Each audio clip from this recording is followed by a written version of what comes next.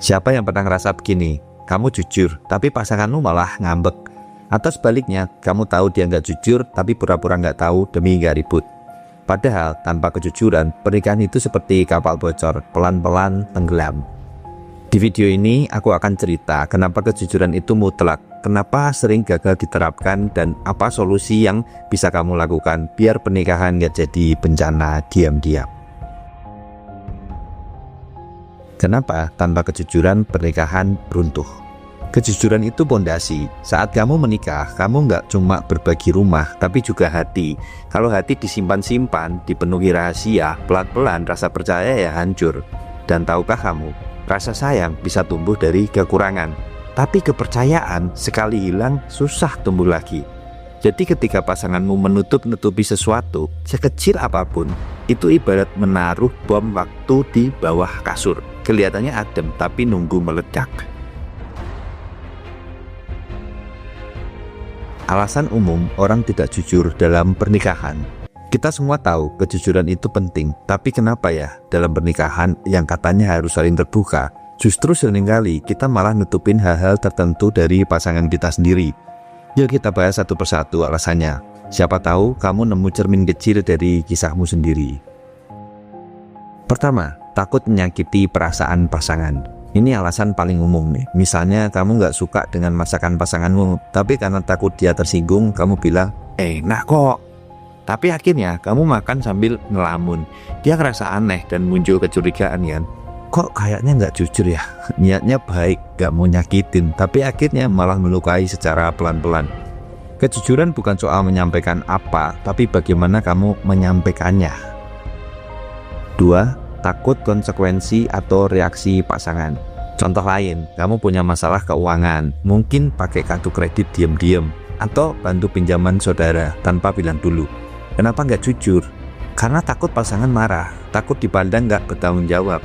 Tapi akhirnya justru makin berat, karena harus nutup-nutupin. Satu kebohongan jadi 2 jadi 5, dan seterusnya. Padahal pasangan yang dewasa lebih menghargai kejujuran daripada pencitraan palsu. 3. Malu dan takut ditolak. Ada juga yang menyembunyikan masa lalu. Misalnya, pernah punya trauma keluarga atau hubungan buruk di masa lalu. Takut kalau cerita, pasangan malah ilfil atau menjauh. Jadi akhirnya ya disimpan rapat-rapat. Tapi sayangnya, hal-hal yang tidak dibereskan di masa lalu sering muncul tanpa diundang di masa depan. Makin lama disimpan, ya makin besar dampaknya. 4. Nggak pernah terbiasa jujur sejak dulu. Ada orang yang dari kecil nggak diajarin bicara jujur, dikit-dikit dimarahin. Jadi dia berpikir jujur sama dengan dihukum. Akhirnya dia terbiasa menyimpan semuanya sendiri. Dan saat menikah, dia bawa pola itu ke rumah tangga. Bukan karena nggak cinta, tapi karena nggak tahu caranya bicara jujur tanpa takut. Makanya penting banget kita belajar ulang, jadi pribadi yang bisa terbuka, meski itu pelan-pelan. 5. Merasa pasangannya tidak bisa jadi tempat aman. Ini alasan yang cukup dalam. Banyak yang nggak jujur bukan karena dia licik, tapi karena merasa pasangannya bukan tempat yang aman buat bicara. Misalnya, tiap kali dia jujur, pasangan selalu menyalahkan atau membandingkan atau bahkan merendahkan. Akhirnya, dia memilih diam. Bukan karena nggak cinta, tapi karena sudah capek disalahpahami. Jadi pertanyaannya, bukan cuma kenapa pasangan nggak jujur, tapi juga apakah sudah jadi tempat yang aman buat pasangan untuk bicara jujur. Jadi kalau kita bicara soal pernikahan tanpa kejujuran, bukan sekedar salah siapa, tapi tentang memahami akar masalahnya. Dan sekarang kita lanjut ke tanda-tanda kejujuran mulai hilang dalam pernikahan. Jangan sampai kamu abaikan. Kadang hubungan suami istri kelihatan baik-baik aja di luar, tapi sebenarnya sudah mulai retak dari dalam. Dan salah satu penyebabnya, kejujuran yang pelan-pelan hilang. Nah, gimana kita tahu kalau hal itu mulai terjadi? Ini dia tanda-tanda halusnya.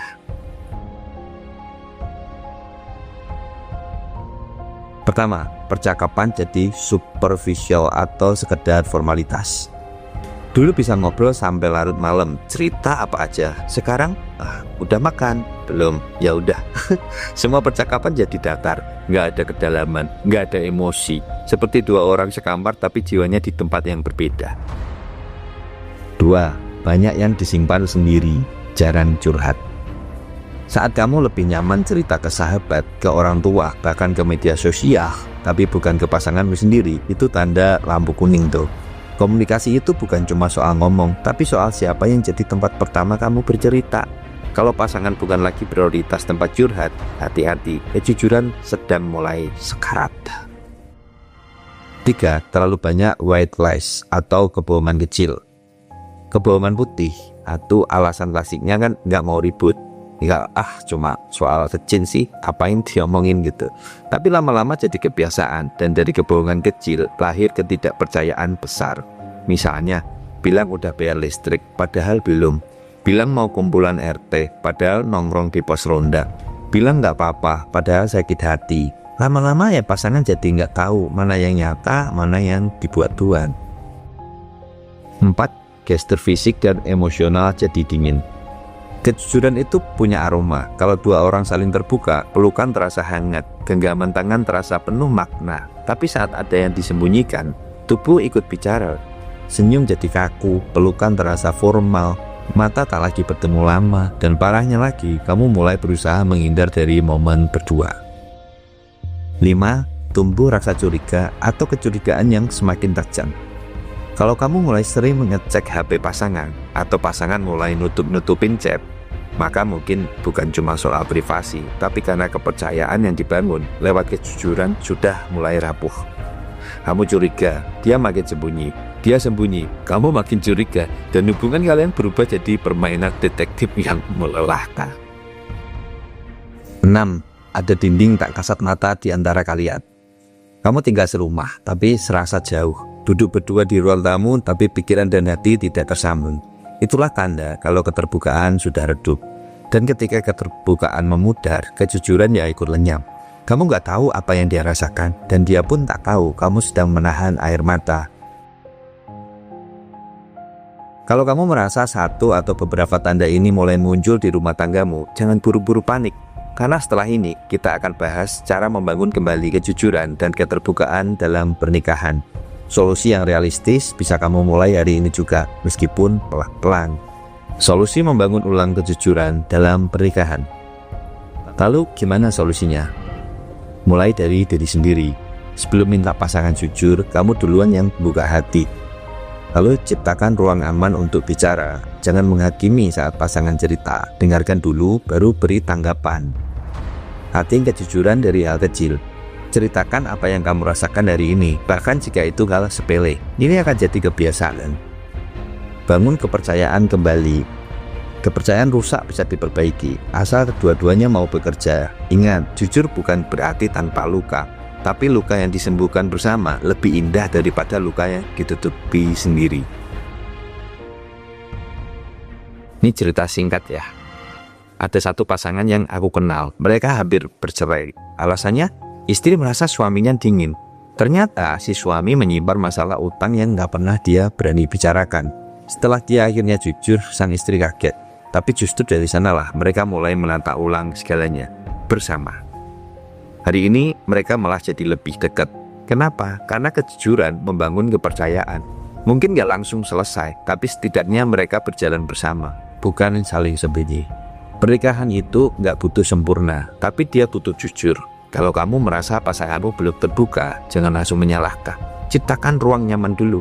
Dan kalau kamu sendiri sering menyimpan, mungkin ini saatnya untuk pelan-pelan membuka. Terima kasih sudah nonton. Kalau video ini menyentuhmu, bantu like, share, dan komen ya. Apa satu hal yang kamu ingin jujur pada pasanganmu, tapi belum sempat kamu ucapkan. Sampai jumpa di video Suara Nusantara berikutnya, tempat di mana cinta dan komunikasi bertemu.